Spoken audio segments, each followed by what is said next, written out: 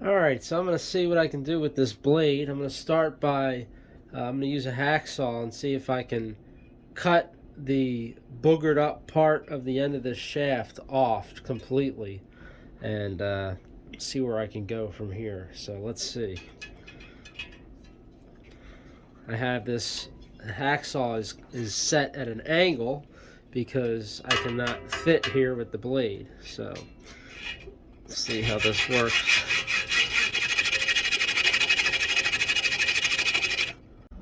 Alright, so now you can see that I have taken that piece off the tip of the shaft here. This was where it was all smashed, and I just cut that off, and now it looks like we have a pretty decent surface to be able to work with here.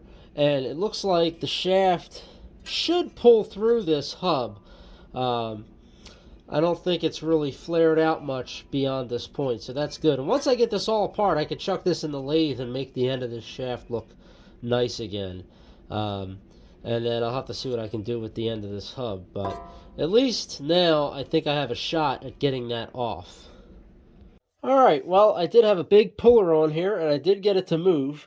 I drilled out the center of that set screw, and I still haven't gotten it out, but I drilled out the center of it, and now that I'm at least getting this to move, that is a good sign. I'll be able to go from there with it. But, wow. That thing was so rock solid, and I actually needed to use a, what is this, a 12-inch? No, this is a 15-inch crescent wrench I had to use on the puller. In combination, I was using a pipe wrench and using that to hold the puller still, and the two of them together finally did it. I was able to get enough leverage to crack that thing free. And when it came free, it made a loud pop. But yeah, so now I just got to pull it off the rest of the way, and I can start disassembling this motor and also look more into this fan blade. So I got the blade off of the shaft. And the shaft itself doesn't look too bad from what I can see, but unfortunately, I did have to drag it off of here with the set screw tightened down. So it did actually eat a little bit of a groove out of the flat, but I just knocked it down with a file, and it's reasonably flat again. I'll be able to do more work to it later. Alright, so now I'm just going to put a little bit of penetrating oil on all of these draw bolts, and hopefully with a little luck they will come out fairly easily. We'll see. The only issue is these top ones, they do have a round head on the back, so that's the wrong size. So there's always the chance. Ooh, that one barely can get in there. Oh, wow. All right. Well, that was actually really a lot easier than I expected. So there is the first one of these screws. You can see it's, if it'll focus. All right, here we go.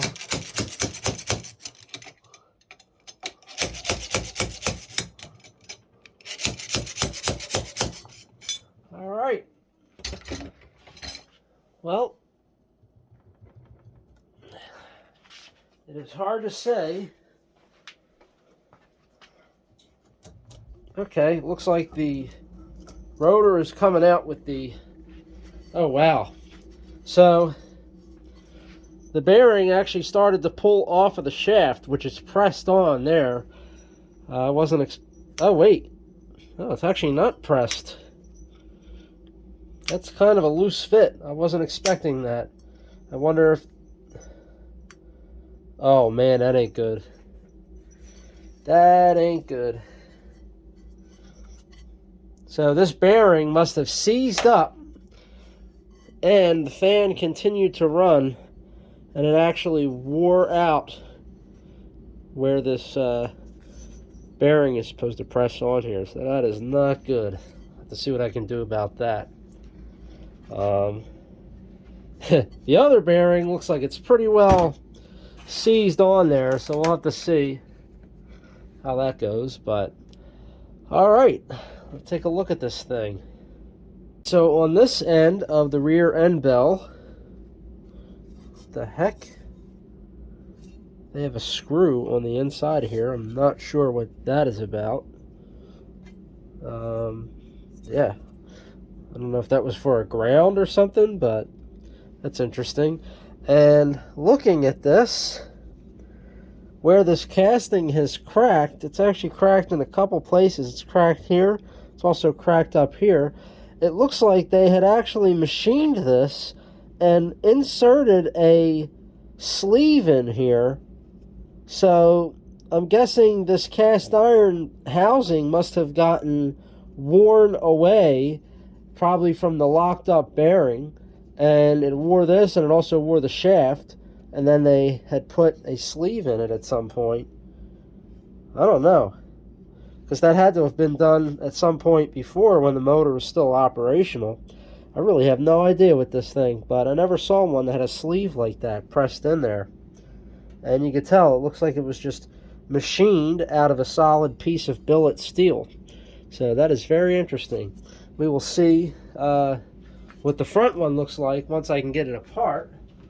But I will give you a quick look at the stator up close. Take this out of the mount. So we can definitely see that this stuff's definitely pretty crispy here. And yeah, this has definitely been burned. It's amazing because actually the varnish on the windings, it looks like they're still held together pretty well, but you can definitely tell, yeah, definitely can tell that there's been some evidence of burning going on there. Look at that wire. You can just see it, how all the enamel is off of it. It looks like that got very hot. Yeah, and the back here, the lacing is pretty crispy in some areas. Oh yeah, look at that. Broke right off. All right. So we'll see how that goes. But wow, what a mess.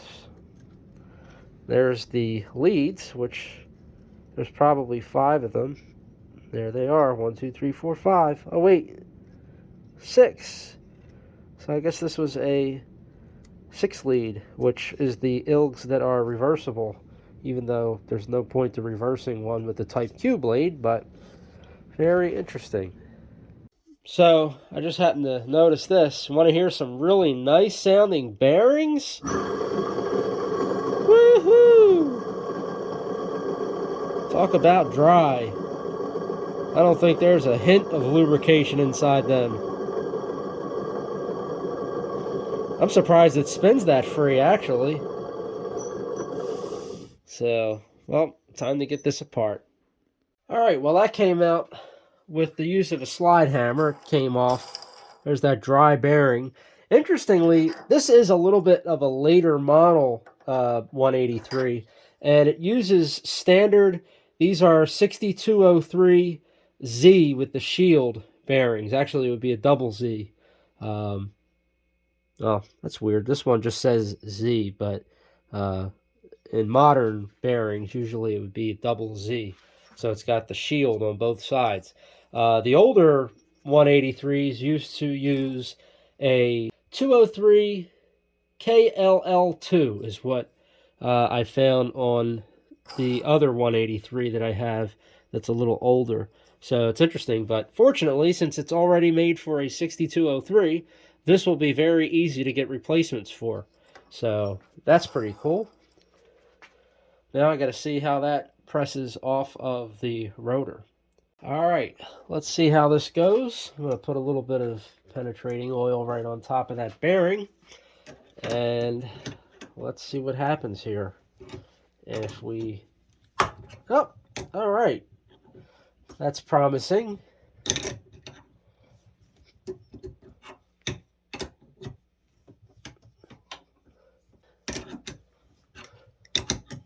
There we go. Should be able to spin it this way now. Yep. And off it comes.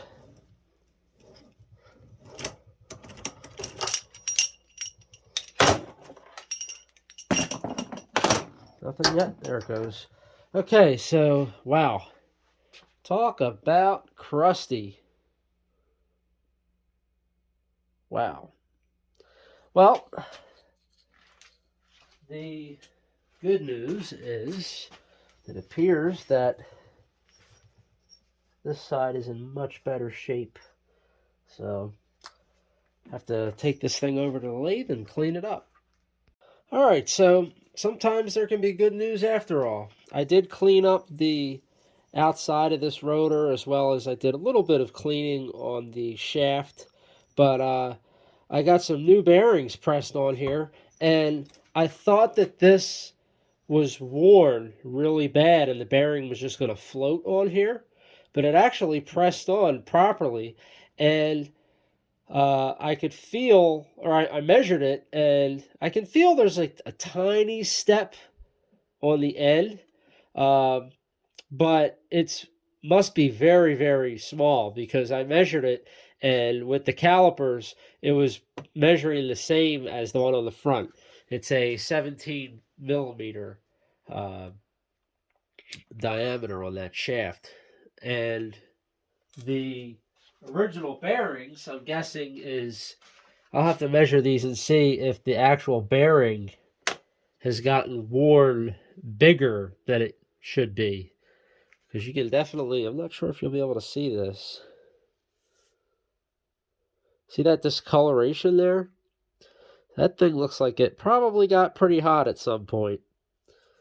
So I will have to measure that and see. But this bearing it's pretty much locked. It doesn't move more than what you're seeing there. That's it. That's all that it has.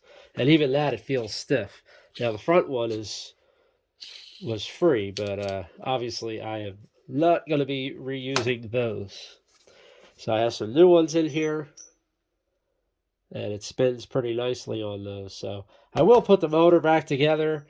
For now, I'm trying to just get the fan physically in good shape as far as having everything so that it can all come apart and so that there's no broken pieces. And this way, when I actually go to do the rewinding of the motor, everything else will be straightforward and I won't have any problems. So glad to have gotten this to where it is now. That is so much better than it was. Definitely still got some rust to clean out here, and it's going to need some work, but I'm liking it so far. Alright, so I did want to just make a note that I recorded the number of slots on both the stator and the rotor. So the rotor has 25 slots on it, or 25 rotor bars, depending on how you want to look at that. And then the stator is a 36 slot. So that will work very easily for a 6-pole 3-phase motor if I would like to convert it to that. So we will see. Alright, so after quite a bit of preliminary work here, I now have this fan fully assembled for the first time since I've had it. The blade I've straightened out as close as I can get for now. It's still not perfect, and I think there used to be some lead balance weights that were added inside these little holes on the blade hub, and I believe those, they look like they actually oxidized and maybe fell out, because it's kind of just some white powder in there. So this blade does seem a little light, so I may have to do something for balance with this, but it is spinning and not hitting anywhere. They're fairly true. There's still plenty of work to be done, but now every single part of this fan comes apart the way that it's supposed to. There's no more seized up bolts. There's no more broken screws. There is still some cracks in the rear end bell that need to be addressed, but all in all, this thing is shaping up pretty well. The motor being burned, I'm still gonna have to make my decision on rewinding that, what I want to do with it. I think it would really be cool to make this a three-phase fan, but I'll have to see. I may set it up. If I do make it three-phase, I'll just put a static converter with it, and I can just run it on single phase if I want to, but I also have the option of running it on three-phase. I'll probably do like the older ILGs where they used to do a 110 or 220, well, whatever you want to call it, 120, 240 type of three-phase, where you could easily use it for regular 120 single phase if you put a capacitor or a series of capacitors on there to create the static phase converter, or you could run it on 240, just like you could run it on 240 straight three phase if you wanted. So I'm thinking I might do something like that.